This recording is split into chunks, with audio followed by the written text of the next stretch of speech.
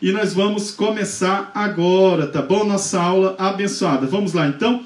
Vamos agora então. Olha, gente, sejam bem-vindos. Hoje a nossa aula vai ser fantástica, tá? Vai ser maravilhosa. Segunda-feira passada a gente aprendeu sobre a história do apóstolo Pedro. Fantástica, tudo ali sobre a história de Pedro, nós pontuamos, aonde eu estive lá em Israel, tá? Por isso que é bom você se inscrever no meu canal, porque lá tem vários vídeos, mais de 40 vídeos sobre Israel, sobre a Turquia, Constantinopla. Eu fui lá em Istambul, na Constantinopla também, fui na comunidade dos Gálatas, passamos lá no Mar Egeu, lá navegamos no Estreito de Bósforo.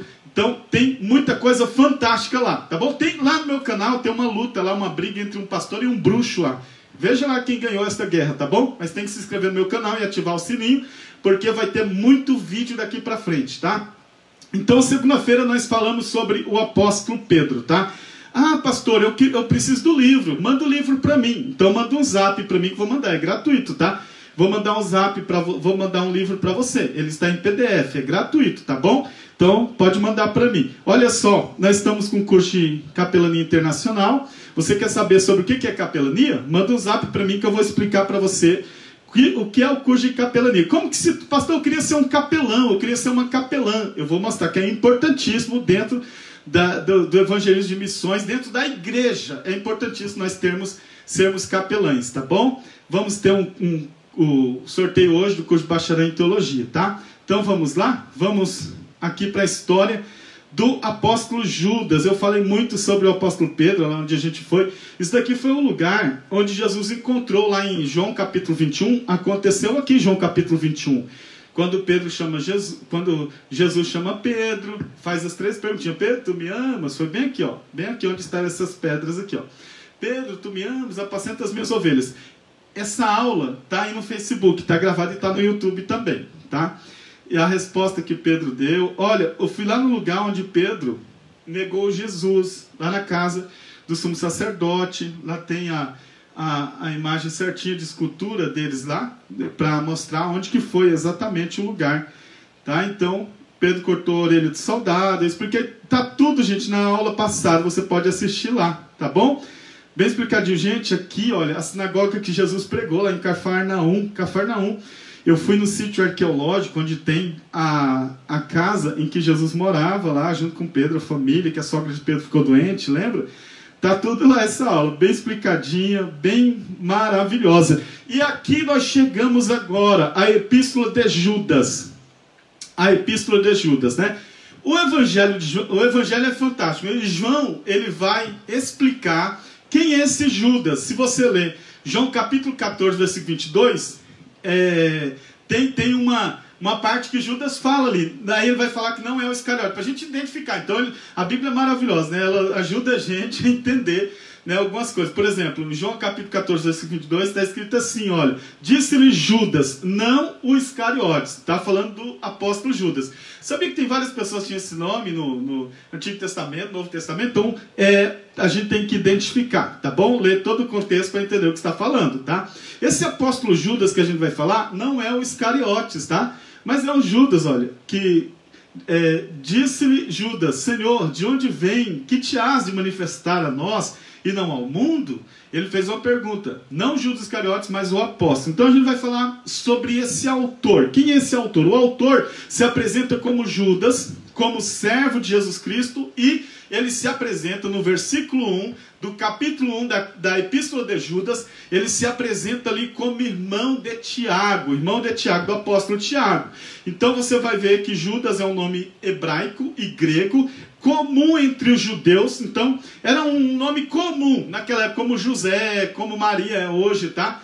Então, por isso que é bom você identificar o contexto para não se tornar um pretexto para heresia, né? A gente conhecer isso. Então, dos assim chamados no Novo Testamento, os que mais têm, assim, probabilidades de ser o autor da carta é o apóstolo Judas, né? Alguns afirmam filho de Tiago, mas é porque se considerava filho, porque Tiago influenciou muito a vida de Judas, que era irmão dele. Judas, o irmão do Senhor. Identifica em Mateus capítulo 13, versículo 55, como irmão do Senhor Jesus. Judas e também Tiago. Este é o mais provável, né? Então o autor o autor não reivindica ser o apóstolo. E até mesmo parece ser diferente dos apóstolos. Além disso, refere-se a si mesmo como irmão de Tiago. Então ele identifica, ele refere-se a si mesmo como irmão do apóstolo Tiago. Pastor, então qual foi a data, assim, a ocasião? Olha só, determinar a data sempre foi um problema entre os estudiosos, né? Não é verdade? Por quê? Porque existem muitas fontes de informação. Cada um fala uma coisa, né? Para alguns, essa epístola foi escrita antes da carta de 2 Pedro. Para alguns, essa epístola foi escrita antes da carta de 2 Pedro. Portanto, antes do ano 65 depois de Cristo. Para outros teólogos, essa carta de Judas, essa epístola, foi escrita depois da carta de 2 Pedro. Então, como a maioria dos estudiosos acreditam também nisso, foi por volta do ano 70 ao ano 80 depois de Cristo. É assim que eu acredito que ela foi escrita depois da carta 2 Pedro, no ano 70 a 80 depois de Cristo, tá? Então a questão é que 2 Pedro, ele cita Judas, né? E Judas também cita 2 Pedro. Então a segunda carta de Pedro e a carta de Judas se parecem muito nas formas, se parecem muito nas ideias. Então por isso que eu acredito que ela foi escrita depois.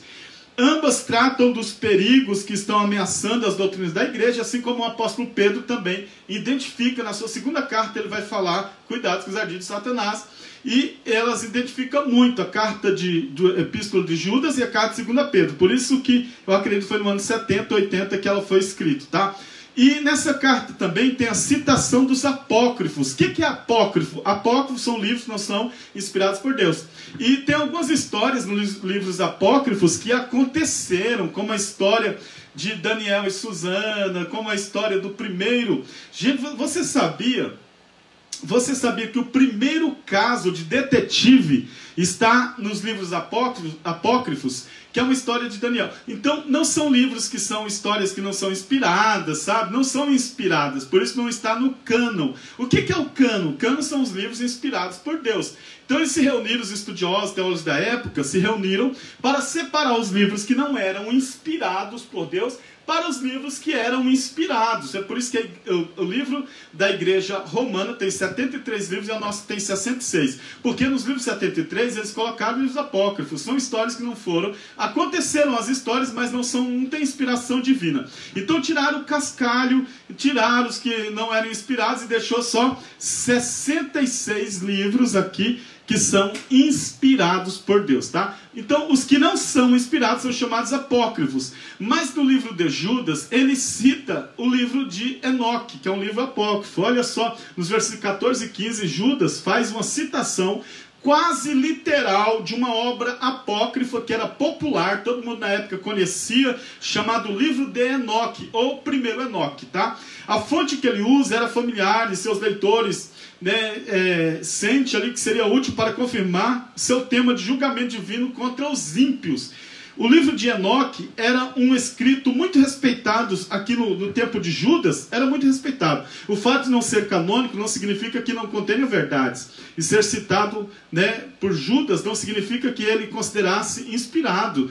Né? Ele só citou essa história de Enoque, gente, tá? Uma história de Enoque que ele cita, não sei se você já observou, mas tem um trecho lá falando do livro de Enoque, falando de Enoque na epístola de Judas, tá bom? Então nos livros apócrifos tem histórias assim que aconteceram, mas não tinham inspiração divina, tá? Aí você pergunta, então pastor, fala para mim qual o propósito de Judas escrever essa epístola? Olha só, gente, tem muita coisa que vai ser maravilhoso a gente aprender junto aqui. Olha só, é bom estudar, sabe, a epístola de Judas. Olha só, a carta foi evidentemente escrita, antes de tudo, para advertir a igreja contra os mestres que tinham naquela época já imorais ou libertinos. Olha só, olha aqui, falsos mestres que estavam usando da liberdade cristã e a livre graça de Deus como licença para a imoralidade.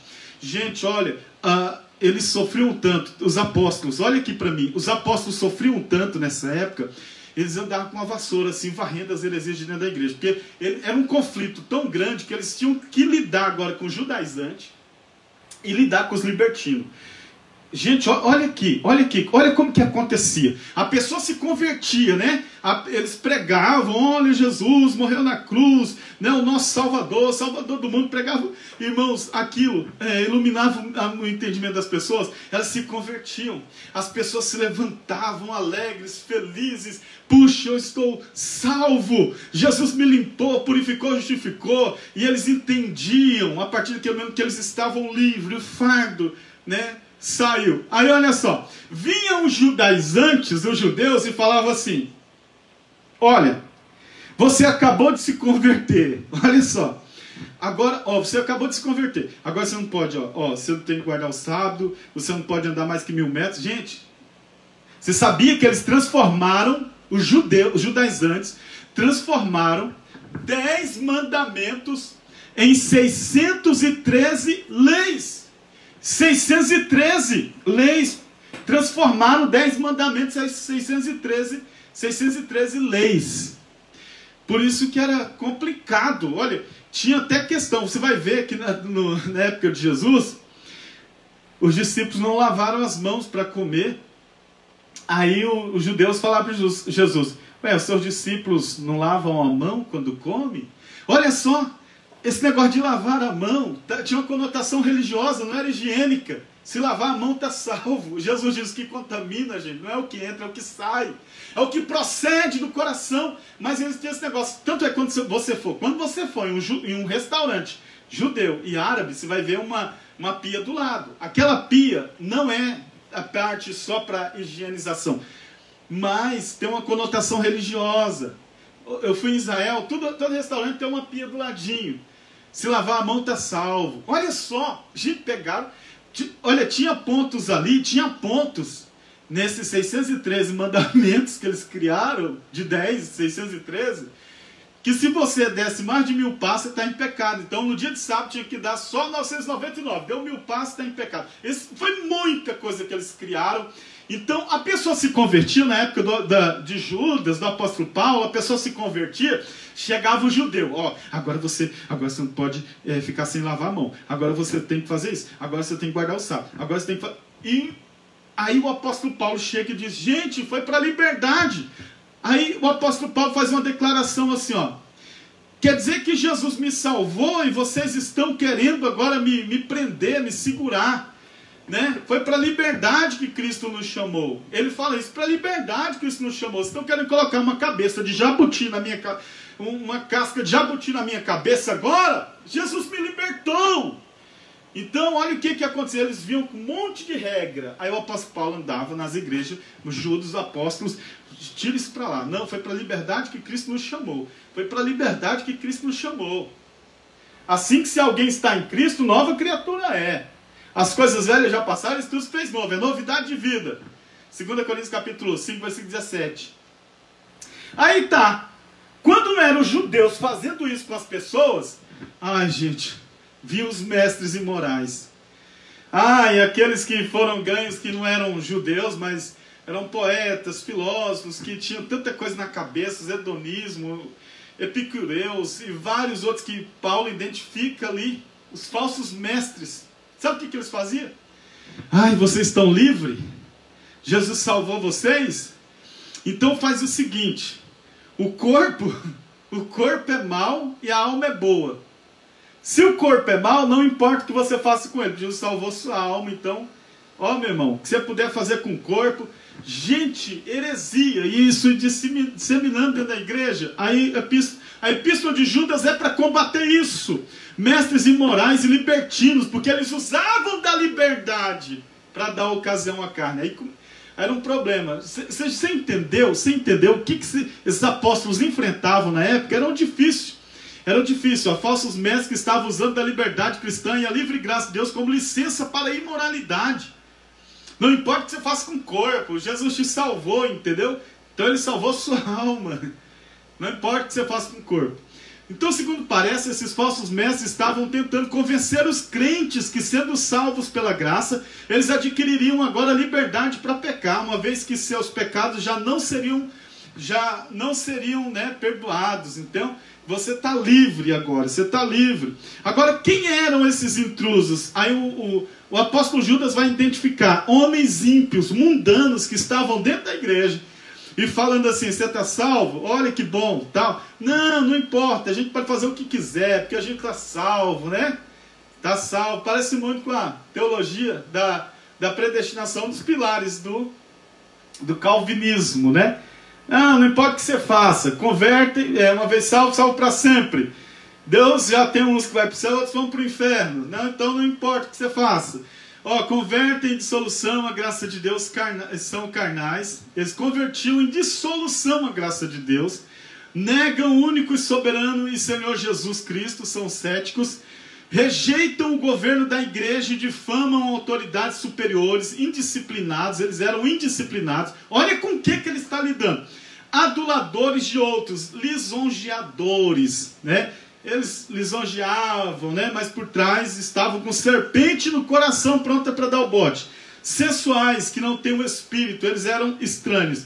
Então o apóstolo Judas, ele vai falar sobre a batalha da fé. Agora nós estamos, de um lado está o judeu, falando que quer colocar uma casca de jabuti na sua cabeça, 613 mandamentos. Do outro lado, agora estavam os falsos mestres, né? Os libertinos, os mundanos, os ímpios, viviam na impiedade mesmo.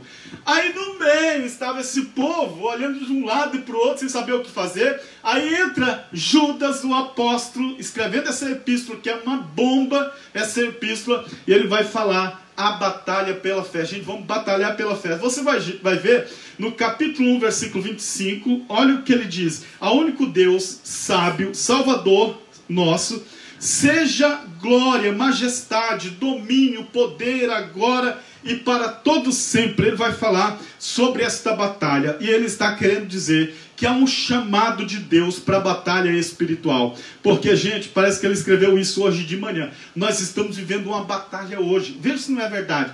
De um lado tem um grupo querendo colocar uma casca de jabuti na nossa cabeça também. Do outro lado tem um povo, irmão. Tem um povo que não está nem aí, sabe? Vivendo desregradamente uma religiosidade terrível, não é verdade?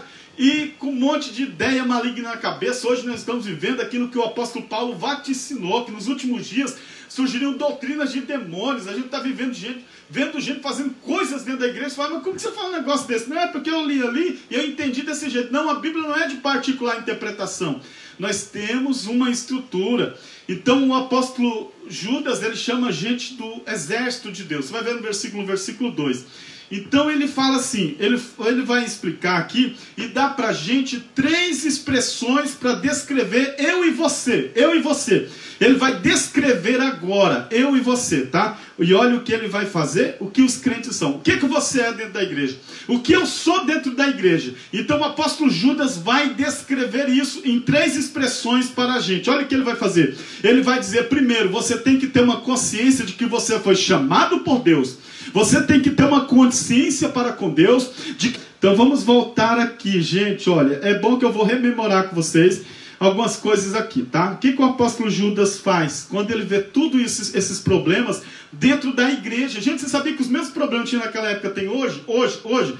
Muitos mudaram de nome, mas é a mesma coisa que a gente sofre na igreja, no ministério. Você que é líder de grupos, você vai ver que os mesmos problemas, eles estão aí, porque os demônios não morrem, demônio não morre não. Os demônios que estavam atuando na igreja primitiva, onde o apóstolo Paulo, o apóstolo Judas, Tiago sofreram, nós estamos sofrendo hoje, só com outra roupagem, com outra cor. Eles passaram confeite nos negócios, ilustraram as misérias, e a gente vai identificar isso.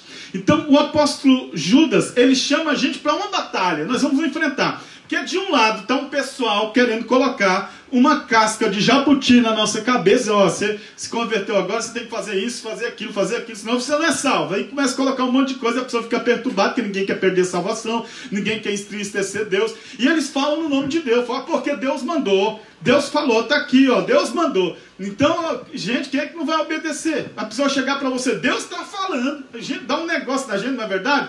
Então eles usavam isso, os judaizantes usavam isso. Já por outro lado tinha os libertinos, aqueles que não ligavam para nada, sabe? Estavam dentro da igreja, fazendo o que não presta e achando que Deus estava aprovando aquilo, né? Você vai ver o que é que acontece no final com eles. Então o apóstolo Judas, ele olha para o povo simples da igreja e ele fala o seguinte: olha, gente, de um lado está os judaizantes, do outro lado estão os libertinos, falsos mestres, eram mestres, mas eram falsos. Então ele fala: a gente está aqui no meio, vamos fazer o seguinte, tem uma batalha, vamos enfrentar? Vamos guerrear? Vamos. Por quê? Nós somos o exército de Deus, nós somos. No versículo 2 ele vai falar sobre isso. Aí ele vai usar 3 expressões aqui. Judas usa 3 expressões para descrever os cristãos. Ele vai descrever eu e você agora. Primeiro ele diz: olha, gente, você tem que entender o seguinte: quer vencer judaizante? Quer vencer libertino? Faz o seguinte: lembre-se sempre que você foi chamado por Deus. E chamada não é para quem quer, é para quem Deus dá. A autoridade não é para quem implora, é para quem Deus outorga. E visão não é somente para que abre os olhos, é para que Deus ilumine. Então ele vai fazer o seguinte: lembre-se que há uma chamada de Deus na sua vida. Lembre-se que Deus te escolheu. E ele diz assim: não lembre-se somente que você é chamado, lembre-se de um detalhe muito importante. Lembre-se que você é amado de Deus, amado. Deus nos amou com amor eterno.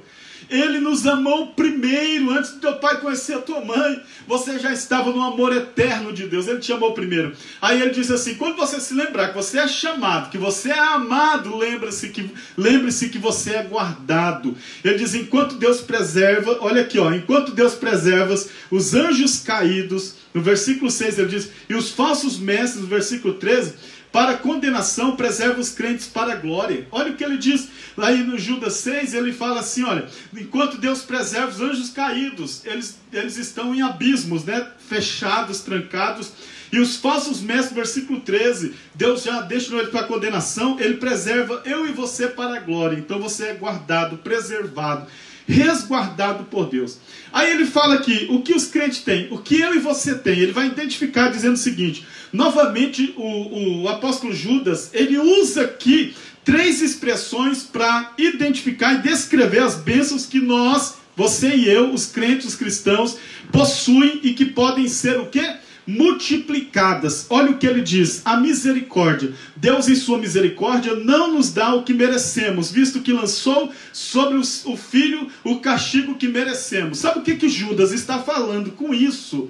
Ele está aqui trazendo a doutrina da imputação. Ele diz assim: olha, que Deus na sua misericórdia, ele não dá o que nós merecemos. Então escute, você que vai na igreja, sabe? Quem sabe tem alguém me vendo aí, que vai na igreja e quer exigir de Deus, quer cobrar de Deus, quer orar apenas para arrancar a bênção de Deus, porque você diz assim: eu vim buscar o que é meu por direito.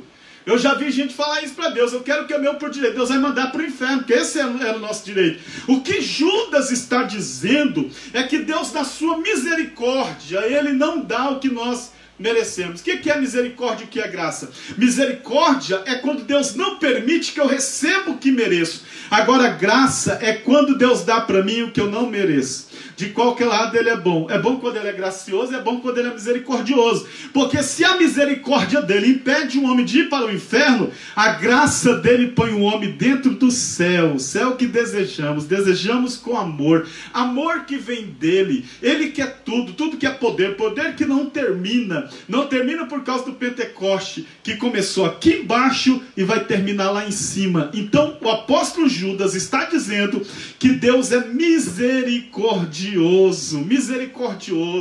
Miserere e cordes, coração. É que quando Deus olha pra gente, ele sente no coração, sabe? No coração dele, ele sente no seu coração que nós não merecemos, que nós, quando buscamos a sua misericórdia, ele não nos dá o que nós merecemos. Ele não nos dá, porque o apóstolo Judas está falando aqui, olha, ele lançou sobre o seu filho o castigo que merecemos. A doutrina da imputação foi imputado em Cristo. Aquela dívida impagável, que eram os nossos pecados, a gente não conseguia, a gente não tinha condições de pagar. Então foi imputado em Cristo. Ele está falando da doutrina da imputação aqui, olha. Foi lançado sobre Cristo. É por isso que Deus tem misericórdia. Outra coisa que ele diz aqui que nós temos, não só a misericórdia de Deus, mas ele está afirmando que nós temos a paz de Deus. Só que paz aqui, gente, é um shalom. É o shalom de Deus, nessa paz. A paz que a gente entende aqui é o intervalo entre duas guerras, né? Ai, graças a Deus, assinou um acordo de paz. Não vai ter mais guerra. Olha, a paz é um intervalo de guerra. Para o shalom que ele está dizendo, que o apóstolo Judas está dizendo, é que Deus nos dá uma paz interna. No meio da guerra eu descanso. No meio da luta eu tenho confiança. No meio do problema eu tenho a graça de Deus. Eu tenho a paz. Eu posso dormir no meio da tribulação. Shalom, a paz. Uma pessoa não convertida, ela está em guerra contra Deus. A pessoa que não reconhece Jesus como Salvador, quando ela vai dormir à noite, ela sabe que ela está em guerra, mas por causa da obra de Cristo na cruz, fomos reconciliados com Deus e agora nós temos a paz de Deus, porque Jesus na cruz pegou na mão da humanidade, com a outra pegou na mão de Deus e nos uniu, e agora nós temos a paz. Outra coisa que ele identifica é o amor. A cruz é a demonstração do amor de Deus. Os apóstatas, o que é apóstata? Aquele que divorciou-se da fé, aquele que divorciou-se de Deus. E a gente acha que o apóstata é aquele que sai da igreja. Ah, eu não quero mais saber de ir na igreja, não quero mais obedecer, eu quero ir para o mundão, eu quero curtir a vida. E a gente fala, olha o apóstata. Não, o que o apóstolo Judas está dizendo é que esse apóstata aqui é aquele que está dentro da igreja, mas se esfriou, está dentro da igreja, mas não cumpre, está dentro da igreja, mas não é responsável, está dentro da igreja, vendo as necessidades, vendo os irmãos sofrer, mas ele é frio, ele é indiferente, então ele é um apóstata. Olha o que ele diz, demonstração do amor de Deus. Os apóstatas não podem pecar, cair, sofrer condenação, mas os verdadeiros crentes são guardados em segurança em Cristo por toda a eternidade. E ele vai dizer aqui que nós temos que enfrentar agora inimigos. Sim, é uma batalha. Nossa briga, nossa guerra não é contra carne e sangue. Não é contra pessoas, ele está dizendo. Mas nós temos uma batalha contra hostes espirituais da maldade. Contra potestades, né, desse tempo aí que estão nos ares. Né, que o diabo, ele arma, né, toda uma estrutura na intenção de enganar, seduzir e levar os cristãos das emboscadas mortais. Ele faz isso. Então, no versículo 3 e 4, ele vai dizer, olha, nós temos inimigo. Então, Judas, ele escreve para alertar a igreja sobre a batalha da fé. Nós estamos guerreando, nós temos uma batalha. Nós somos o único povo, irmãos, que estamos em constante batalhas espirituais e físicas. Batalhas de tudo quanto é lado. Nós estamos enfrentando essas batalhas. O Espírito Santo foi nos dado para que a gente possa ter galhardia, coragem, força, porque é característica de um cristão ser valente, ser corajoso, constante, decidido, perseverante com Deus, que não baixa a cabeça para o mundo e para o diabo, mas sabe que a sua restauração se aproxima. Judas escreve para alertar a igreja sobre a batalha da fé, visto que a igreja estava sendo minada por falsos mestres que estavam dentro da igreja. Ele vai identificar, no versículo 3 ele vai falar sobre isso. Então Judas agora identifica o inimigo. Ele fala os apóstatas, aqueles que estão dentro da igreja. Ele está falando sobre eles nessa batalha, e ele traça algumas características. Olha o que ele vai falar desses falsos mestres. Veja se não tem no nosso meio hoje, no arraial dos cristãos ao redor do mundo. Veja se não tem. Primeiro, ele vai dizer cuidado com gente dissimulada. Ele vai dizer cuidado com mestres dissimulados. O que é o dissimulado? É o oculto. É aquele que dissimula, é aquele que está ali, sabe? Ah, não é bem assim. Lembra que quando Adão e Eva estavam olhando para aquela árvore bonita, o diabo chega, que é a primeira mediunidade, que o diabo se incorpora em uma serpente, chega lá e diz assim, o que ele falou? Aí ele falou que a gente não pode comer. Não é bem assim. Então, ele está falando que esses falsos mestres são dissimulados. Foi você que entendeu mal. Não é bem assim. Não, porque... Então, eles são dissimulados. Versículo 4, a parte A, ele vai dizer, eles são ocultos. Os falsos mestres, eles entram na igreja, no arraial do povo de Deus, porque os crentes dormem, né? Tem muito crente muito simples. Eu fico pensando, quando eu vejo certo tipo de mensagem, certo tipo de testemunho mentiroso, eu fico imaginando o povo glorificando. Eu falei, meu Deus, como pode uma pessoa acreditar? Tem que ser uma pessoa muito simples para acreditar num negócio desse.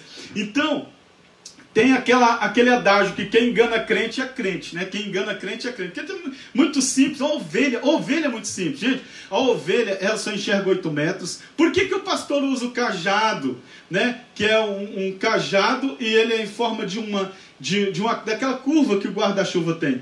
Porque na ponta do cajado tem um ferrão que afugenta o lobo, e aquela curva ali, tipo um guarda-chuva, é para pegar a ovelhinha, porque a 8 metros ela se perde. A ovelha é muito boba, muito simples, ela se perde. Por isso tem muita gente nas garras de falsos mestres. E você fala, como pode seguir uma pessoa dessa? Meu Deus, a pessoa está falando aí, quem tem que atualizar a Bíblia. Outro fala assim, não é bem assim. Como pode seguir? Gente, quando eu olho engenheiros, advogados seguindo Henrique Cristo, seguindo aquele falso mestre, falso Jesus, eu fico perplexo quando eu vejo isso, né? E crente seguindo outras pessoas aí que eu não vou nem citar, não posso citar nomes mesmo, mas eu posso desenhar na parede, não é verdade, essas pessoas.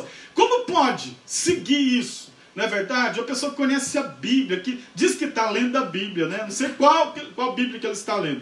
Então, gente de tudo quanto é jeito, tendo grandes seguidores. Então, olha o que Judas está dizendo. Eles são dissimulados, eles falam, não é bem assim.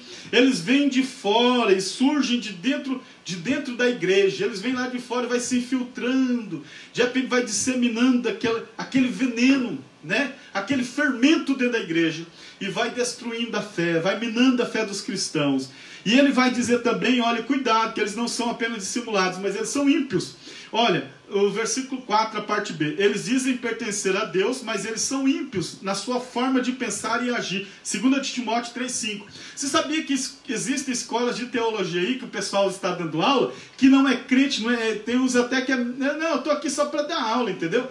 Olha, fuma, bebe. Eu vi um rapaz que estava participando de uma escola teológica, e ele saiu para fora e ficou admirado na sala de aula, o professor falando sobre Deus, aquela coisa. Saiu para fora e viu ele fumando. Falei, mas você está fumando? Falei, não, eu só dou aula aqui. Então, gente, olha isso. O apóstolo Judas está dizendo aqui, ó, eles dizem pertencer a Deus. Eles falam na sala, mas o modus vivendi, a maneira de viver, não tem nada de Deus, não tem nada de Deus. Eles são ímpios, eles escrevem livros, eles dão aula aí nos cursos de teologia por aí que eu conheço, mas não são cristãos, são contra Deus. Falam, né, contra a igreja, contra Deus, contra o ministério, são revoltados, mas, dinheiro.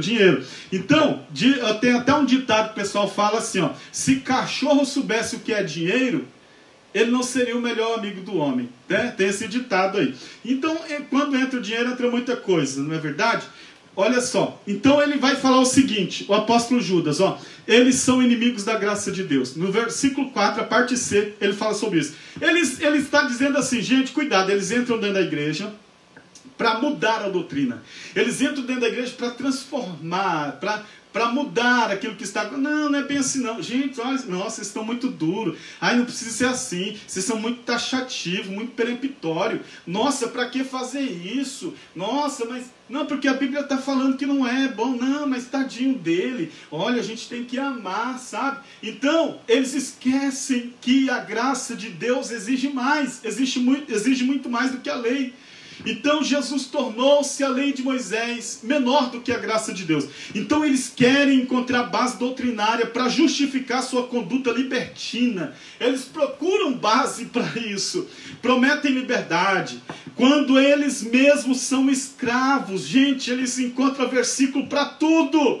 Para tudo que você puder imaginar. Eles encontram, eu não estou exagerando não. Tem gente que encontra versículo para justificar o seu pecado e a sua miséria, né? Encontra versículo para tudo. E olha que o apóstolo... Gente, parece que ele escreveu isso de manhã, o apóstolo Judas. Olha como que é atual essa mensagem dele, que ele está nos passando através da epístola de Judas. Você que ainda não leu, escute até o final, que a gente está falando toda a epístola de Judas. Ó, eles negam a supremacia de Jesus Cristo. Ele está dizendo que naquela época os mestres negavam. No versículo 4, a parte D do versículo, ele vai dizer que eles podiam até afirmar que Jesus era um grande mestre, mas não verdadeiro e soberano Deus e Senhor. Então eles afirmam isso. Não, Jesus é um grande mestre, mas ele não é Deus. Então eles negavam até a supremacia de Cristo. Mas não somente isso, olha o que eles faziam. Eles são destinados para a condenação. No versículo 4, parte B, o texto não está dizendo que eles foram destinados para serem apóstatas. Não está dizendo que houve uma destinação para isso, como se Deus fosse responsável por seus pecados, por se tornar tornarem apóstatas, Deus os destinou à condenação. Não está falando aqui da teologia da predestinação que Deus destinou esses homens a serem apóstatas. Mas eles foram destinados à condenação porque eles decidiram ser assim. E Deus não é responsável por isso. Agora vem aqui, para a gente ir concluindo. Olha, como que a igreja vai enfrentar os falsos mestres? Como que vai enfrentar? Batalhando pela fé. Ou seja, olha o que o apóstolo Judas está dizendo. Você tem que lutar pela verdadeira doutrina, pelo verdadeiro ensino. Lute pelo verdadeiro ensino. Vai para a fonte. Quem está na fonte bebe água limpa. Se tiver alguma mensagem sendo propagada no YouTube, na internet, que vai contra a palavra de Deus, desliga, joga fora, deleta e vai para a Bíblia. Quem está na Bíblia bebe água limpa. Vai para as Escrituras, leia a palavra. Então a palavra batalhar, que ele diz no versículo 3, é agonizar. Ele está falando disso, agonizar pela verdade. O púlpito deve tanto proclamar a verdade como denunciar o erro. Tem que denunciar, como eu estou fazendo aqui nessa live. Nós temos que denunciar o erro. Nós não podemos nos conformar com esse mundo, gente. Se a gente se conformar, a gente perde o temor a Deus, a gente perde o tremor a Deus, e a gente vai se amoldando. Não é assim mesmo, não é desse jeito, metadinho, né? É porque é assim mesmo. Não, não é assim. A palavra não importa se você está agradando aos homens e você vai desagradar a Deus, porque o texto diz, importa agradar a Deus dos que aos homens. E se você desagrada a Deus, não importa quem você está agradando. Então o importante é agradar a Deus. Então o que o apóstolo Judas vai fazer? Judas vai apresentar, olha aqui, foi um navio que se chocou com a rocha. E deixa eu mostrar isso para você. Judas vai apresentar 6 figuras fortes aqui. Eu vou colocar mais uma no final, que é a 7ª. Mas ele vai identificar 6 figuras fortes para descrever a hipocrisia dos falsos mestres. Então, eu acho linda a epístola de Judas, porque Judas ele era como um pedagogo, gente. Ele faz analogias para a gente entender essa nossa geração. E você vai confirmar comigo e corroborar as palavras que eu estou dizendo aqui. Você vai ver o que está acontecendo hoje. Então, veja o que Judas está dizendo. Veja o que o apóstolo Judas está dizendo aqui, olha. Primeiro, ele vai dizer que esses falsos mestres, naquela igreja primitiva, e que tem hoje com uma outra roupagem, ele vai dizer o seguinte, que esses falsos mestres, primeiro, são rochas submersas nas festas de fraternidade. O que Judas está dizendo? Ele diz que esses falsos mestres, eles se infiltram no meio da igreja para provocar acidentes, para provocar naufrágios espirituais. Tem tanta gente se arrebentando na vida porque está seguindo falsos mestres. Tem tanta gente se arrebentando porque descobre que esse homem que você está seguindo, ele era bonito ali na plataforma, no púlpito, mas da secretaria, mas lá na casa dele ele não vive aquilo que está falando. Então participe de uma igreja que você conheça o seu pastor, conheça a família do pastor, conheça os filhos do pastor, apesar de todas as dificuldades, mas eles estão amando a Deus, eles estão na igreja, eles estão buscando a presença de Deus. Se você pertencer a uma igreja que você não conhece o pastor, não conhece o líder, só vê ele ali na internet, tudo bonitinho, aquela coisa, cuidado que você vai ser um navio que vai se chocar em uma rocha, porque esses falsos mestres estão aqui embaixo, eles não aparecem, eles estão disseminando, e tem muitos navios se arrebentando em alto mar, tem muita gente sofrendo acidentes terríveis, naufrágios terríveis, porque o apóstolo Judas vai dizer que são pastores que apacentam a si mesmos. O que ele está dizendo? Ele está dizendo que eles usam e abusam do povo. É isso que Judas está dizendo. Então eles usam essa analogia aqui, olha. Eles usam e abusam do povo, em vez de cuidar do povo, em vez de proteger o povo, em vez de ensinar o povo a verdade, eles usam o povo para si mesmo, para se locupletar, para se beneficiar. Então nós temos que ter um cuidado com isso, porque o profeta Ezequiel, no capítulo 30 34, versículo 2, ele acusou esses falsos profetas. Em 2 Coríntios, no capítulo 11, versículo 20, o apóstolo Paulo também denuncia esses líderes. E o apóstolo Pedro também, no capítulo 5 da sua segunda missiva, da sua segunda carta, ele vai denunciar também esses líderes. Na primeira carta também ele denuncia. Então ele diz que são pastores desse mesmo. Mas olha o que ele diz também. Olha o que o apóstolo Judas diz sobre esses falsos líderes, sobre esses falsos mestres que estão aí. Eles são nuvens sem água. Nuvens sem águas. Olha o que ele está dizendo. Ele usa essa analogia para afirmar que eles não podem produzir chuva, nuvens que não prometem chuva, nuvens sem água. Sabe aquelas nuvens bonitas que não prometem chuva, mas desapontam e não trazem água, porque os apóstatas parecem trazer ajuda espiritual para as pessoas. Ele está dizendo isso, eles são nuvens sem água, porque eles prometem chuva. Eles prometem trazer água para as pessoas, eles prometem alegria e prazer, mas fracassam, porque eles são nuvens sem águas. Eles não têm aquilo que estão prometendo, eles prometem liberdade, mas eles mesmos são escravos. Na carta de 2 Pedro, no capítulo 2, versículo 19, o apóstolo Pedro vai denunciar eles. Eles não têm a doutrina, como está em Deuteronômio capítulo 32, versículo 2, que devemos guardar. Devemos escrever nas tábuas do nosso coração. Isaías capítulo 55, versículo 10. Da mesma maneira que cai a chuva na terra e a neve, para lá não tornam, antes faz brotar a terra, regar a terra e brotar, para dar pão ao que come, semente ao semeador. Aí Deus diz, assim é a palavra que sair da minha boca, ela não voltará para mim vazia, antes fará o que me apraz e prosperará para aquilo que eu a enviei. Aí vem o apóstolo João, estava falando para vocês, olha só, nós estávamos aqui falando sobre nuvens sem água. Então o apóstolo Judas vai falar que esses líderes, eles prometem chuva, eles prometem milagres, mas eles não têm milagres, eles não têm água, eles não têm nada de Deus, eles não têm nada de Deus, desapontam as pessoas, são igual à previsão nossa, os futurólogos, né? Pessoal da meteorologia, promete, vai chover, e não acontece nada, porque quem manda no tempo é Deus. Então, os apóstatas parecem trazer ajuda espiritual, mas fracassam com isso. Eles trazem ajuda coisa nenhuma. Eles prometem ajuda, eles prometem bênção, mas não tem bênção, não tem nada, porque eles não são bênção, não são abençoados, não são abençoador. Então, o apóstolo Judas está aqui denunciando eles. E olha só, aí nós chegamos aqui, olha o que o apóstolo Judas vai falar a respeito desses homens. Eles são árvores mortas. Está vendo essa árvore aqui? Ó? Está perto da fonte, mas são árvores mortas. Por que eles usam essa expressão? Porque eles não têm fruto, porque eles não têm raiz. O Salmo de número 1, versículo 3 vai dizer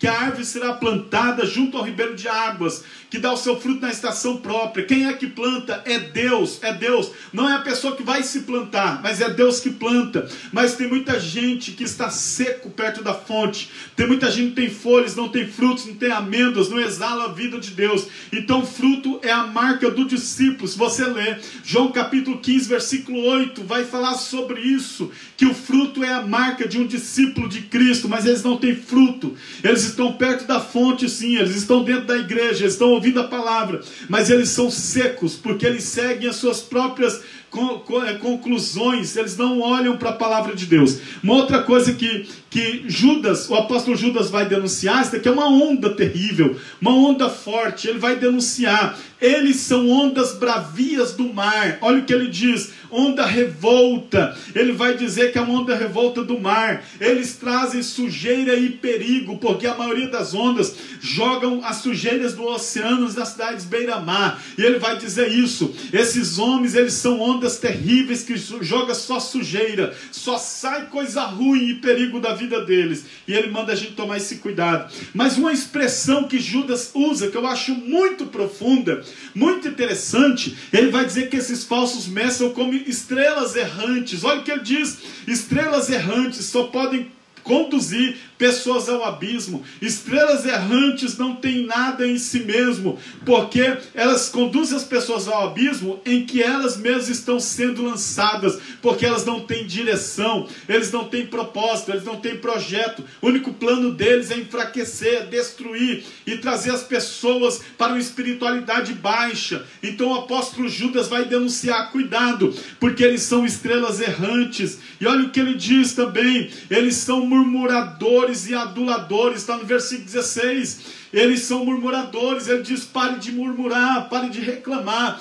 Essas pessoas vão para a igreja para achar alguma coisinha, para observar alguma coisa. A gente fica a semana toda em casa, mas vão para a igreja e fica 1h30 dentro da igreja procurando, detectando, sabe, para murmurar, para falar, para difamar, para destruir a fé dos outros. Ele está dizendo isso: cuidado, que eles são murmuradores, eles são bajuladores, eles são aduladores. Eles vão procurar alguma coisa para tentar falar, para denunciar, para denigrir, para enfraquecer a fé dos outros. Mas olha o que Judas está dizendo aqui, gente. Olha, que eles vão receberão a sua devida penalidade. Judas está dizendo que eles vão receber a sua devida penalidade. Está no versículo 14, versículo 15, no meio de uma sociedade que se corrompia. Ele vai dizer: Enoque andou com Deus. Enoque andou com Deus.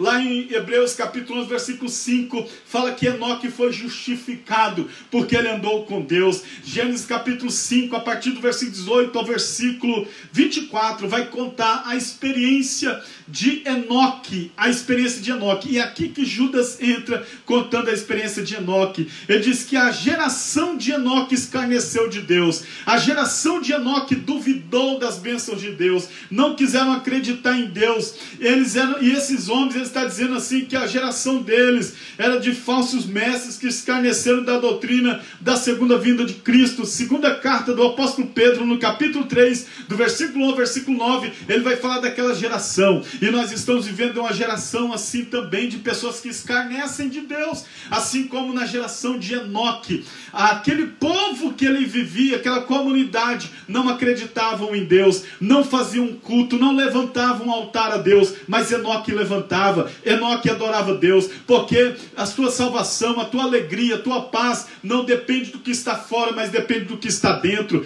Você pode estar morando no meio de gente perversa, mas você pode ser fiel a Deus. Ele está dizendo isso. O apóstolo Judas está dizendo para mim e para você: não importa onde você mora, você pode andar com Deus, você pode ser fiel, você pode fazer culto, você pode adorar a Deus, não importa o lugar que você esteja. Eu posso estar falando para alguém que está sofrendo no meio da sua família, sofrendo no meio da sua parentela, mas você vai andar com Deus como Enoque andou, e Deus vai te abençoar, te justificar, te honrar e te valorizar, porque Deus é fiel.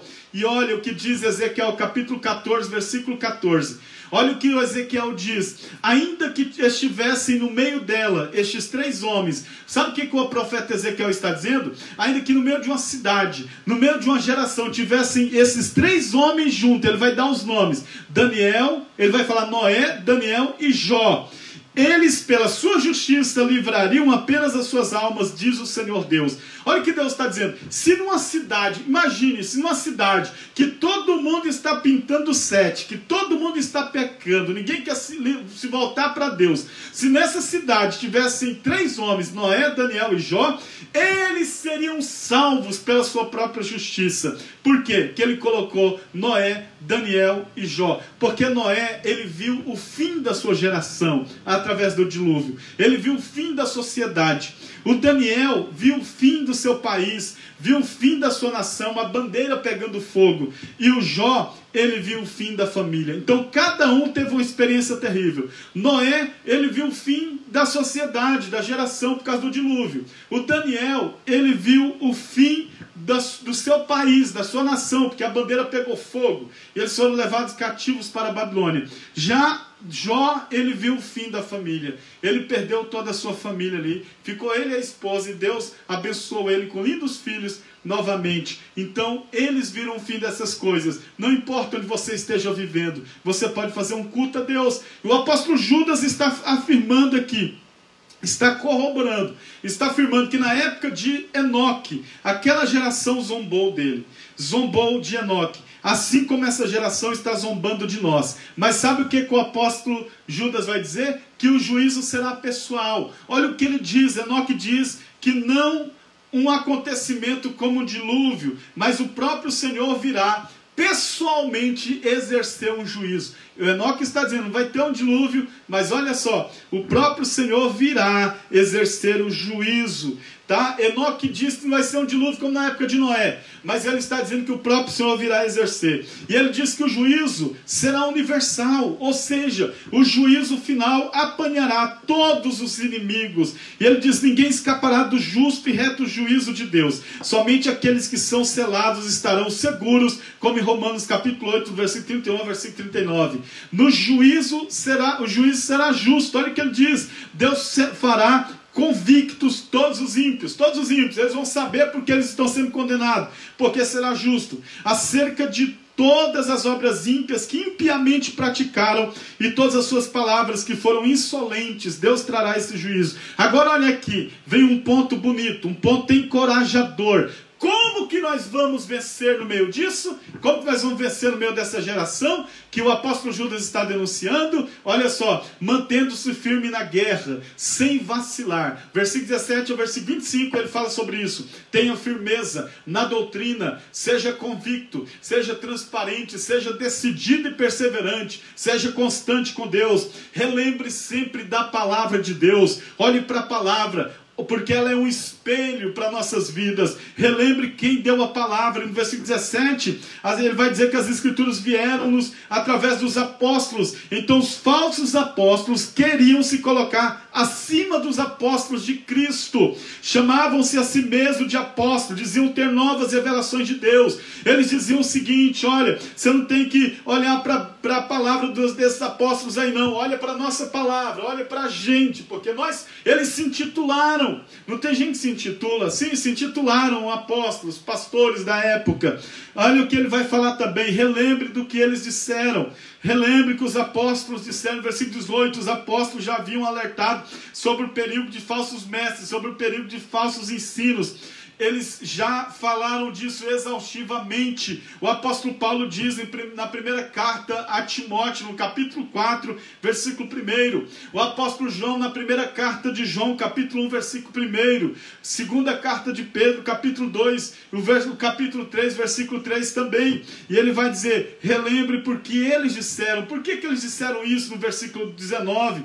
Os falsos mestres desejam o quê? Eles desejam dividir a igreja. Eles entram no arraial de Cristo para dividir o arraial e levar os crentes para fora da verdadeira comunhão com os santos. Lá em Atos 20 e 30 fala sobre isso. Eles não só dividem a igreja, mas ele está dizendo, eles enganam, eles vão ludibriar, porque eles não têm o Espírito Santo de Deus. Versículo 19 é parte B. O apóstolo Judas vai falar isso, eles não têm o Espírito Santo.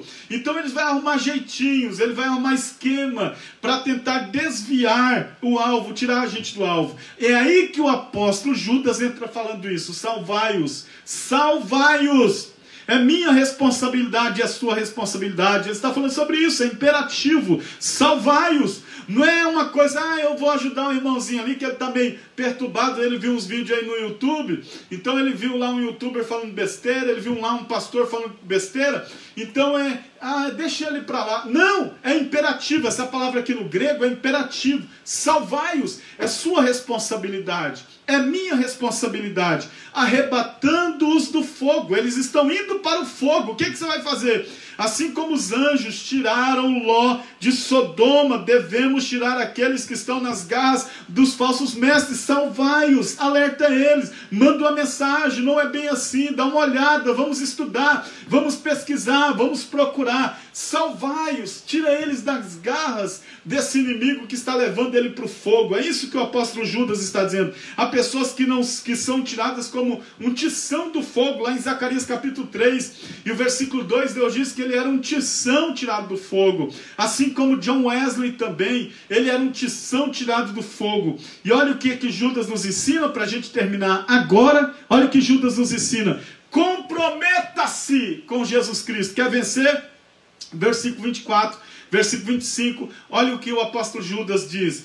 Comprometa-se com Cristo. Ele é poderoso para nos guardar de tropeço. Deus vai te orientar. O Espírito Santo vai te ajudar. Se você tem desejo no coração, se você não quer errar, se você quer continuar nessa fonte maravilhosa, comprometa-se, porque Deus é poderoso para te guardar de tropeço. Você vai bater o olho, você vai olhar, Deus vai te dar discernimento, Deus vai te dar visão, você não vai cair no engodo, você não vai cair na trapaça, na negociata do inimigo, mas você vai ter na sua vida o Espírito Santo dizendo: não vai, meu filho, não passe por aí, minha filha, não faça isso, meu servo, aleluia, porque você está sendo guardado e orientado por Deus. E olha o que ele diz: ele é poderoso para nos levar para a glória. Deus é poderoso para fazer isso, e ele é digno de ser exaltado de eternidade em eternidade. E assim o apóstolo Judas vai terminando a sua carta. Mas eu quero deixar essa palavra para você agora. Tem muita coisa de boa de Deus chegando para você. Você está dedicando, você está sofrendo comigo aqui nesse estudo, nessa live, lutando, se esforçando, buscando, indo atrás, cavando o poço comigo. Saiba que tem muita água limpa para a sua vida.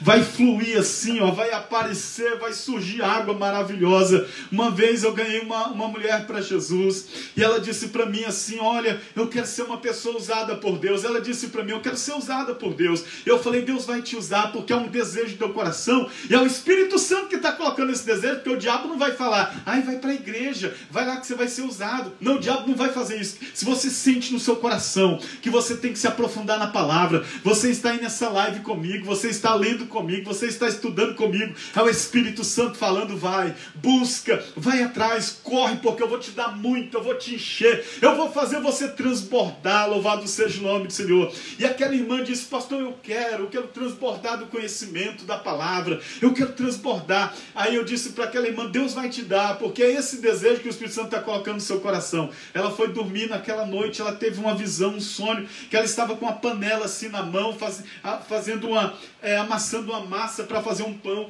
e naquele sonho ela ouviu a minha voz falando com ela: continue, ore, leia a palavra, e você vai ser usada por Deus. Leia a palavra. E quanto mais eu falava, mais aquela massa crescia, e a massa começou a crescer, e ela começou a pular dentro daquela casa. Hoje aquela irmã, a casa dela é um ponto de mensagem, de pregação, e milhares de vidas estão indo lá. O paralítico já andou, cego está vendo, mudo falando, e Deus está usando as mãos daquela serva, porque houve um desejo no coração dela. E eu sinto de dizer isso para você agora: se prepare, porque é um tempo de glória, é um tempo de bênção, um tempo de sinais de Deus vai chegar para a sua vida. Denuncie o mal, denuncie o pecado, não aceite, em nome de Jesus, e Deus vai honrar você, e Deus vai te valorizar, e Deus vai fazer coisas grandes na sua vida, porque Deus é fiel, e Deus é maravilhoso. Glória a Jesus. Eu estava falando para vocês, olha só, nós estávamos aqui falando sobre nuvens sem água. Então o apóstolo Judas vai falar que esses líderes, eles prometem chuva, eles prometem milagres, mas eles não têm milagres, eles não têm água, eles não têm nada de Deus, eles não têm nada de Deus. Desapontam as pessoas, são igual a previsão nossa, os futurólogos, né? Pessoal da meteorologia, promete: vai chover, e não acontece nada, porque quem manda no tempo é Deus. Então, os apóstatas parecem trazer ajuda espiritual, mas fracassam com isso. Eles trazem ajuda coisa nenhuma. Eles prometem ajuda, eles prometem bênção, mas não tem bênção, não tem nada, porque eles não são bênção, não são abençoados, não são abençoador. Então, o apóstolo Judas está aqui denunciando eles. E olha só, aí nós chegamos aqui. Olha o que o apóstolo Judas vai falar a respeito desses homens. Eles são árvores mortas. Está vendo essa árvore aqui, ó? Está perto da fonte, mas são árvores mortas. Por que eles usam essa expressão? Porque eles não têm fruto, porque eles não têm raiz. O Salmo de número 1, versículo 3 vai dizer que a árvore será plantada junto ao ribeiro de águas, que dá o seu fruto na estação própria. Quem é que planta? É Deus, é Deus. Não é a pessoa que vai se plantar, mas é Deus que planta. Mas tem muita gente que está seco perto da fonte. Tem muita gente que tem folhas, não tem frutos, não tem amêndoas, não exala a vida de Deus. Então fruto é a marca do discípulo. Se você ler João capítulo 15, versículo 8, vai falar sobre isso, que o fruto é a marca de um discípulo de Cristo, mas eles não têm fruto. Eles estão perto da fonte, sim, eles estão dentro da igreja, eles estão ouvindo a palavra, mas eles são secos, porque eles seguem as suas próprias conclusões, eles não olham para a palavra de Deus. Uma outra coisa que Judas, o apóstolo Judas vai denunciar, isso daqui é uma onda terrível, uma onda forte, ele vai denunciar. Eles são ondas bravias do mar. Olha o que ele diz, onda revolta. Ele vai dizer que é uma onda revolta do mar. Eles trazem sujeira e perigo, porque a maioria das ondas jogam as sujeiras do oceano nas cidades beira-mar. E ele vai dizer isso. Esses homens, eles são ondas terríveis que jogam só sujeira, só sai coisa ruim e perigo da vida deles. E ele manda a gente tomar esse cuidado. Mas uma expressão que Judas usa, que eu acho muito profunda, muito interessante, ele vai dizer que esses falsos mestres são como estrelas errantes. Olha o que ele diz: estrelas errantes só podem conduzir pessoas ao abismo. Estrelas errantes não têm nada em si mesmo, porque elas conduzem as pessoas ao abismo em que elas mesmas estão sendo lançadas, porque elas não têm direção, eles não têm propósito, eles não têm projeto. O único plano deles é enfraquecer, destruir e trazer as pessoas para uma espiritualidade baixa. Então o apóstolo Judas vai denunciar: cuidado, porque eles são estrelas errantes. E olha o que ele diz também: eles são murmuradores e aduladores. Está no versículo 16. Eles são murmuradores. Ele diz: pare de murmurar, pare de reclamar. Essas pessoas vão para a igreja para achar alguma coisinha, para observar alguma coisa. A gente fica a semana toda em casa, mas vão para a igreja e fica 1h30 dentro da igreja procurando, detectando, sabe, para murmurar, para falar, para difamar, para destruir a fé dos outros. Ele está dizendo isso: cuidado, que eles são murmuradores, eles são bajuladores, eles são aduladores. Eles vão procurar alguma coisa para tentar falar, para denunciar, para denigrir, para enfraquecer a fé dos outros. Mas olha o que Judas está dizendo aqui, gente. Olha, que eles vão receberão a sua devida penalidade. Judas está dizendo que eles vão receber a sua devida penalidade. Está no versículo 14, versículo 15, no meio de uma sociedade que se corrompia. Ele vai dizer: Enoque andou com Deus. Enoque andou com Deus. Lá em Hebreus capítulo 11, versículo 5, fala que Enoque foi justificado porque ele andou com Deus. Gênesis capítulo 5, a partir do versículo 18 ao versículo 24, vai contar a experiência de Enoque. A experiência de Enoque. E é aqui que Judas entra contando a experiência de Enoque. Ele diz que a geração de Enoque escarneceu de Deus. A geração de Enoque duvidou das bênçãos de Deus, não quiseram acreditar em Deus. E esses homens, ele está dizendo assim, que a geração deles era de falsos mestres que escarneceram da doutrina da segunda vinda de Cristo. Segunda carta do apóstolo Pedro, no capítulo 3, do versículo 1 ao versículo 9, ele vai falar daquela geração. E nós estamos vivendo uma geração assim também, de pessoas que escarnecem de Deus, assim como na geração de Enoque. Aquele povo que ele vivia, aquela comunidade, não acreditavam em Deus, não faziam culto, não levantavam um altar a Deus, mas Enoque levantava, Enoque adorava Deus, porque a tua salvação, a tua alegria, a tua paz não depende do que está fora, mas depende do que está dentro. Você pode estar morando no meio de gente perversa, mas você pode ser fiel a Deus. Ele está dizendo isso. O apóstolo Judas está dizendo para mim e para você: não importa onde você mora, você pode andar com Deus, você pode ser fiel, você pode fazer culto, você pode adorar a Deus, não importa o lugar que você esteja. Eu posso estar falando para alguém que está sofrendo no meio da sua família, sofrendo no meio da sua parentela, mas você vai andar com Deus como Enoque andou, e Deus vai te abençoar, te justificar, te honrar e te valorizar, porque Deus é fiel. E olha o que diz Ezequiel capítulo 14, versículo 14. Olha o que o Ezequiel diz: ainda que estivessem no meio dela estes 3 homens. Sabe o que o profeta Ezequiel está dizendo? Ainda que no meio de uma cidade, no meio de uma geração, tivessem esses 3 homens juntos. Ele vai dar os nomes: Daniel, ele vai falar Noé, Daniel e Jó. Eles, pela sua justiça, livrariam apenas as suas almas, diz o Senhor Deus.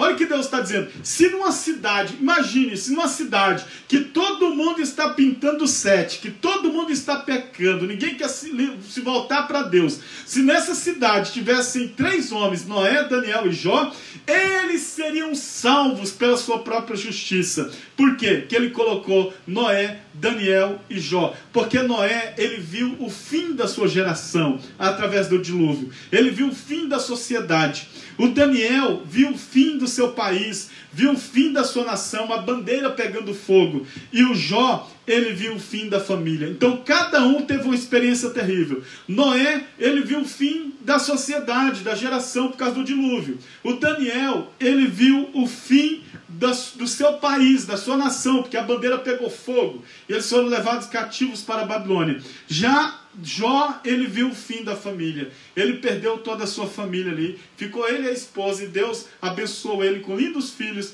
novamente. Então, eles viram o fim dessas coisas. Não importa onde você esteja vivendo, você pode fazer um culto a Deus. O apóstolo Judas está afirmando aqui, está corroborando, está afirmando que na época de Enoque, aquela geração zombou dele, zombou de Enoque, assim como essa geração está zombando de nós. Mas sabe o que o apóstolo Judas vai dizer? Que o juízo será pessoal. Olha o que ele diz. Enoque diz que não um acontecimento como um dilúvio, mas o próprio Senhor virá pessoalmente exercer um juízo. O Enoque está dizendo, vai ter um dilúvio, mas olha só, o próprio Senhor virá exercer o juízo. Tá? Enoque diz que não vai ser um dilúvio como na época de Noé, mas ele está dizendo que o próprio Senhor virá exercer. E ele diz que o juízo será universal, ou seja, o juízo final apanhará todos os inimigos. E ele diz, ninguém escapará do justo e reto juízo de Deus. Somente aqueles que são selados estarão seguros, como em Romanos capítulo 8, versículo 31, versículo 39. O juízo será justo. Olha o que ele diz, Deus fará convictos todos os ímpios, eles vão saber porque eles estão sendo condenados, porque será justo, acerca de todas as obras ímpias que impiamente praticaram e todas as suas palavras que foram insolentes, Deus trará esse juízo. Agora olha aqui, vem um ponto bonito, um ponto encorajador. Como que nós vamos vencer no meio disso? Como que nós vamos vencer no meio dessa geração que o apóstolo Judas está denunciando? Olha só, mantendo-se firme na guerra, sem vacilar. Versículo 17 ao versículo 25, ele fala sobre isso. Tenha firmeza na doutrina, seja convicto, seja transparente, seja decidido e perseverante, seja constante com Deus. Relembre sempre da palavra de Deus. Olhe para a palavra, porque ela é um espelho para nossas vidas. Relembre quem deu a palavra. No versículo 17, ele vai dizer que as escrituras vieram-nos através dos apóstolos. Então os falsos apóstolos queriam se colocar acima dos apóstolos de Cristo. Chamavam-se a si mesmos de apóstolos, diziam ter novas revelações de Deus. Eles diziam o seguinte, olha, você não tem que olhar para a palavra desses apóstolos aí não, olha para a nossa palavra, olha para a gente, porque eles se intitularam. Não tem gente que se intitula? Sim, se intitularam apóstolos, pastores da época. Olha o que ele vai falar também. Relembre do que eles disseram. Relembre que os apóstolos disseram, no versículo 18, os apóstolos já haviam alertado sobre o perigo de falsos mestres, sobre o perigo de falsos ensinos. Eles já falaram disso exaustivamente. O apóstolo Paulo diz na primeira carta a Timóteo, no capítulo 4, versículo 1. O apóstolo João, na primeira carta de João, capítulo 1, versículo 1. Segunda carta de Pedro, capítulo 2, o capítulo 3, versículo 3 também. E ele vai dizer, relembre porque eles disseram. Por que eles disseram isso no versículo 19? Os falsos mestres desejam o quê? Eles desejam dividir a igreja. Eles entram no arraial de Cristo para dividir o arraial e levar os crentes para fora da verdadeira comunhão com os santos. Lá em Atos 20 e 30 fala sobre isso. Eles não só dividem a igreja, mas ele está dizendo, eles enganam, eles vão ludibriar, porque eles não têm o Espírito Santo de Deus. Versículo 19 é parte B. O apóstolo Judas vai falar isso, eles não têm o Espírito Santo. Então eles vão arrumar jeitinhos, ele vai arrumar esquema para tentar desviar o alvo, tirar a gente do alvo. É aí que o apóstolo Judas entra falando isso. Salvai-os, salvai-os. É minha responsabilidade e a sua responsabilidade. Ele está falando sobre isso, é imperativo. Salvai-os. Não é uma coisa, eu vou ajudar um irmãozinho ali que ele está meio perturbado, ele viu uns vídeos aí no YouTube, então ele viu lá um youtuber falando besteira, ele viu lá um pastor falando besteira, então deixa ele para lá. Não, é imperativo, essa palavra aqui no grego é imperativo. Salvai-os, é sua responsabilidade, é minha responsabilidade, arrebatando-os do fogo. Eles estão indo para o fogo. O que você vai fazer? Assim como os anjos tiraram Ló de Sodoma, devemos tirar aqueles que estão nas garras dos falsos mestres. Salvai-os, alerta eles, manda uma mensagem, não é bem assim, dá uma olhada, vamos estudar, vamos pesquisar, vamos procurar. Salvai-os, tira eles das garras desse inimigo que está levando ele para o fogo. É isso que o apóstolo Judas está dizendo. Há pessoas que são tiradas como um tição do fogo, lá em Zacarias capítulo 3, e o versículo 2, Deus diz que ele era um tição tirado do fogo. Assim como John Wesley também, ele era um tição tirado do fogo. E olha o que Judas nos ensina para a gente terminar agora. Olha o que Judas nos ensina. Comprometa-se com Jesus Cristo. Quer vencer? Versículo 24, versículo 25, olha o que o apóstolo Judas diz.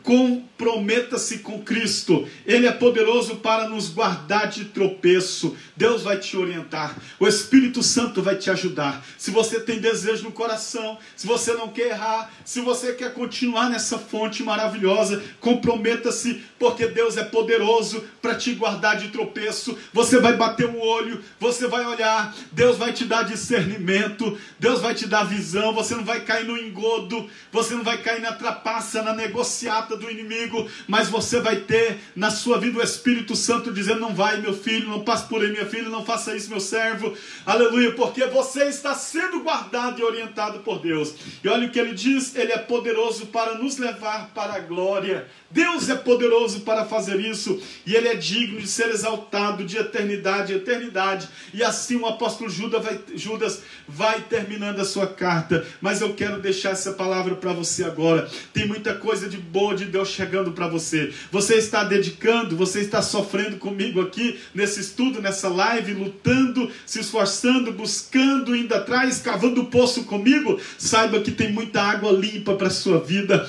Vai fluir assim, ó, vai aparecer, vai surgir água maravilhosa. Uma vez eu ganhei uma mulher para Jesus, e ela disse para mim assim: olha, eu quero ser uma pessoa usada por Deus. Ela disse para mim: eu quero ser usada por Deus. Eu falei: Deus vai te usar, porque é um desejo do teu coração, e é o Espírito Santo que está colocando esse desejo, porque o diabo não vai falar: ai, vai para a igreja, vai lá que você vai ser usado. Não, o diabo não vai fazer isso. Se você sente no seu coração que você tem que se aprofundar na palavra, você está aí nessa live comigo, você está lendo comigo, você está estudando comigo, é o Espírito Santo falando: vai, busca, vai atrás, corre, porque eu vou te dar muito, eu vou te encher, eu vou fazer você transbordar. Louvado seja o nome do Senhor. E aquela irmã disse: pastor, eu quero transbordar do conhecimento da palavra, eu quero transbordar. Aí eu disse para aquela irmã: Deus vai te dar, porque é esse desejo que o Espírito Santo está colocando no seu coração. Ela foi dormir naquela noite, ela teve uma visão, um sonho, que ela estava com uma panela assim na mão, amassando uma massa para fazer um pão. E naquele sonho, ela ouviu a minha voz falando com ela: continue, ore, leia a palavra, e você vai ser usada por Deus. Leia a palavra. E quanto mais eu falava, mais aquela massa crescia, e a massa começou a crescer, e ela começou a pular dentro daquela casa. Hoje aquela irmã, a casa dela é um ponto de mensagem, de pregação, e milhares de vidas estão indo lá. O paralítico já andou, cego está vendo, mudo falando, e Deus está usando as mãos daquela serva, porque houve um desejo no coração dela. E eu sinto de dizer isso para você agora: se prepare, porque é um tempo de glória, é um tempo de bênção, um tempo de sinais de Deus vai chegar para a sua vida. Denuncie o mal, denuncie o pecado, não aceite, em nome de Jesus, e Deus vai honrar você, e Deus vai te valorizar, e Deus vai fazer coisas grandes na sua vida, porque Deus é fiel, e Deus é maravilhoso. Glória a Jesus.